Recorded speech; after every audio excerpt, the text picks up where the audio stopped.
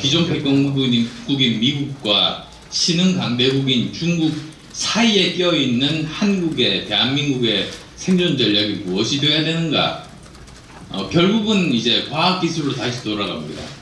제가 최근에 외교부 그 관료들을 만나보면서 들은 얘기가 지금 외통위여서 그렇습니다. 제가 외통위를 지원했던 이유도 마찬가지고, 외통위에서 하는 말이 요즘은 이렇게 외국에서 어젠다를 가지고 오면 전부 과학기술밖에 없답니다. 백신이 어떻고 서플라이 체인이 어떻고 반도체가 어떻고. 그러니까 그냥 외교만 하던 사람들 입장에서는 이게 알아들을 수가 없는 거죠. 그리고 또 최근에 저한테는 뭐 충격적인 그런 일 중에 하나가 미국의 스테이트 디파트먼트에서 데이터 사이언티스트 50명을 뽑는답니다. 외교에서 데이터 사이언티스트가 필요한 이런 세상으로 지금 가고 있거든요. 그래서 옛날에는 과학기술을 하면 과학기술 협력 이런 정도 수준이었는데요. 지금은 과학기술 외교라는 영역이 새로 생기고 있는 겁니다. 그리고 대만의 TSMC를 보시면 아시겠지만 결국은 지금 시대에서 과학기술은 경제입니다. 대만이 우리나라 좀 있으면 앞서지 않습니까? 경제적으로. 과학기술은 안보입니다. TSMC 때문에 아마도 그 중국이 대만을 침공할 확률이 낮아졌을 겁니다. 그래서 우리나라 생존도 마찬가지입니다. 우리나라도 생존하기 위해서는 초격차 기술을 확보를 해서 미국도 우리를 필요로 하고 중국도 우리를 필요로 하는 나라가 되어야 그게 우리나라의 유일한 생존 전략이라고 봅니다. 초격차 기술이라는 말은 사실은 삼성전자 임원분들이 만들어내신 말 아닙니까? 뭐 개념은 간단하죠. 1등, 2등 차이가 별로 없으면은 언제든지 뒤집힐 수 있지만 1등과 2등의 격차가 너무나도 벌어져서 그 격차가 초격차가 되면 그것을 유지하면 우리는 경쟁력을 가지고 계속 이걸로 먹고 살 수 있다. 근데 그 시한이 사실은 최근 들어와서는 20년 정도로 지금 보고 있습니다. 우리나라 역사를 보더라도 예전에 박정희 대통령께서 경제개발 5개년 계획으로 선박이라든지 또는 철강이라든지 중화학공업을 만들어서 대한민국이 1980년대, 1990년대 20년 먹고 살았습니다. 근데 이제 IMF가 왔습니다. 김대중 대통령께서 벤처들 일으키고 그 다음에 초고속 인터넷망을 깔면서 IT로 2000년, 2010년, 20년 먹고 살았습니다. 근데 이제 그 시한이 이제 거의 다 됐습니다. 하이닉스나 또는 삼성전자나 이렇게 보면 2, 3년밖에 안 남았답니다. 이제 이걸로 먹고 살 수 있는 시한이 이번 정부 임기 내에 끝납니다. 사실 경쟁력이 거의 끝나는 거죠. 그러면 정말 해야 될 가장 중요한 일은 초격차 기술 분야들을 새로운 것들을 확보를 해야 앞으로 20년간 우리가 먹고 살 수가 있는 겁니다. 그래서 이제 관심 있게 제가 이렇게 쳐다보니까 그래도 그나마 다행인 것이 여러 분야들이 있습니다. 그러니까 지금 현재 세계 인류 기술에 해당되지만 아직은 초격차 1등을 하지 않는 분야들, 이런 분야들을 집중적으로 육성해서 초격차 기술을 확보를 하는 겁니다. 많으면 많을수록 좋습니다. 그래서 보면 뭐 가장 가능성이 있는 분야들 중에 디스플레이, OLED 같은 그런 게 있죠. 얼마 전에 보니까 또 투명 OLED까지 가더라고요. 어쨌든 그 분야 초격차 기술에 가능성이 있는 분야일 것이고, 그 다음 두 번째가 세컨더리 배터리 분야, 2차 전지 분야인데요. 이쪽은 이렇게 나가면 안 되는데 예, 솔리드 스테이트라고 전고체 배터리가 있거든요. 사실 그쪽으로 가야 되는 게 맞습니다. 그러면 이번에 어딥니까? 데이터 센터에서 불난 것처럼 그런 일이 안 생기거든요.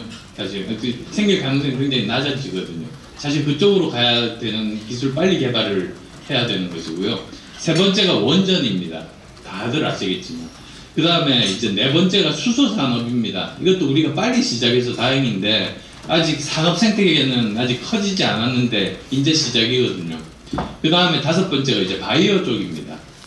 그래서 백신을 포함해서 여러 가지 그 신약 개발할 역량은 우리나라가 부족합니다. 신약이라는 게 이러면 안 되는데 예, 신약이라는 게 두 가지거든요. 하나는 케미컬이 있고요. 하나는 이제 바이오 쪽 분야가 있는데 케미컬 쪽은 보통 1조 원이 들고 10년이 듭니다. 이쪽은 우리나라가 제약사 시총이 1조 2조밖에 안 되는데 한 아이템에 1조씩 투자할 돈이 없습니다. 능력이 없어서 이제 다른 쪽으로 가야 된다는 말씀 드리는데 가능성이 있고요. 그 다음 또 이제 여섯 번째가 AI 반도체입니다. AI 반도체가 메모리 반도체 분야가 이렇게 크면은 3분의 1 정도 덩어리가 우리가 잘 아는 메모리 반도체입니다. 3분의 2 정도 분야가 비메모리 반도체거든요. 근데 여기에서 이미 기존의 강자들이 있어서 접근하기 어려운 영역들이 있습니다.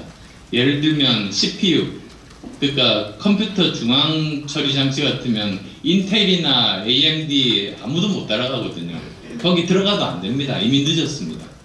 그 다음이 이제 GPU가 있습니다. 그래픽 프로세싱 유닛. 거기는 엔비디아가 지금 잘 나가고 있잖아요. 근데 다행히 그런 분야는 못 들어가지만 제3의 영역이 지금 움트고 있거든요. 그게 바로 AI 반도체입니다. 그러니까 인공지능 반도체라는 건 딥러닝을 위해서 지금까지 컴퓨터는 한 가지 일만 이렇게 쭉 이렇게 빨리 해나갔다면 이건 병렬 처리가 가능합니다. 그래서 한때는 엔비디아의 GPU 가지고 그러니까 그래픽 카드 가지고 병렬 처리를 하면서 딥러닝을 많이 해서 엔비디아가 떴는데 그거 말고 더 최적화된 AI 딥러닝에 최적화된 반도체를 만드는 게 가능성이 굉장히 높고 실제로 저 강남에도 가봤습니다. 꽤 많은 국내 벤처 기업들이 있거든요. 그리고 이게 또 장점 중에 하나가 이거는 팹 리스입니다. 그러니까 머리만 있으면 설계만 하면 되고요. 생산 공정은 이제 파운더리로 분리가 되어 있으니까 이제 이거는 우리가 충분히 가능한 겁니다. 그래서 오히려 이 부분에 대한 가능성들 이제 있고요. 그 다음에 또 하나 더 말씀드리면 과학기술은 아니지만 컨텐츠가 있습니다. 그러니까 이제는 뭐 오징어 게임부터 아카데미 상을 받은 여러 미나리 같은 영화부터 해서 우리나라가 얼마나 이쪽에 가능성이 많습니까? 저는 우리나라 정도면 삼성전자급 정도 규모의 컨텐츠 대기업이 저는 만들어질 수 있고 만약에 그렇다면 우리는 이 분야에 정말로 희망이 있다. 그렇게 봅니다. 예를 들자면 미국에서 지금 전 세계에서 가장 큰 컨텐츠 업체가 디즈니 아닙니까? 디즈니 사실은 아이들 만화 만들던 회사였습니다. 그러다가 토이스토리를 만든 픽사를 인수를 하고 스타워즈를 만든 루카스 필름즈를 인수를 하고 그 다음에 아이언맨이나 어벤져스를 만든 마블 스튜디오를 인수를 하면서 세계 최대의 컨텐츠 기업이 됐습니다. 그러면 우리도 가능하거든요. 사실은 컨텐츠 기업이라는 특성이 증권 투자하고 비슷한 측면이 있습니다. 포트폴리오 투자입니다. 그러니까 우리가 증권 투자 하시는 분들은 한 바구니에 계란을 안 담지 않습니까? 여러 가지 특성이 다른 쪽에 이렇게 포트폴리오 투자를 해야지 몇 개가 실패하더라도 나머지가 그 실패를 뛰어넘는 수익을 창출해서 전체적으로 수익률을 보존하는 게 포트폴리오 투자인데 컨텐츠 기업이 그렇습니다. 만들 때는 이게 성공할지 실패할지 모릅니다. 그래서 하나의 컨텐츠만 가지고 있는 스튜디오들은 사실은 굉장히 위험하죠. 리스크가 굉장히 크다는 그런 말씀입니다. 근데 만약에 이런 스튜디오를 여러 개를 보유하고 있는 포트폴리오로 이런 컨텐츠를 만드는 회사가 있으면 그건 굉장히 오랫동안 경쟁력을 가지고 지금 디즈니가 갑자기 어려워지고 망한다고 생각 못하지 않습니까? 마찬가지입니다. 그래서 이런 것들도 뭐 정책적으로 뭐 인센티브를 준다든지 이런 그 규모를 키운, 그래서 우리나라도 이제 본격적으로 컨텐츠 포트폴리오를 가진 대기업을 이제 만들 때다, 그런 생각들을 하게 되거든요. 이런 정도의 그 초격차 기술 내지는 초격차 기업들을 우리가 확보하고 있으면, 그러면 그건 우리가 안보까지도 보장될 수가 있고, 그리고 미래의 먹거리, 미래의 일자리까지도 보장될 수 있다고 저는 그렇게 생각합니다.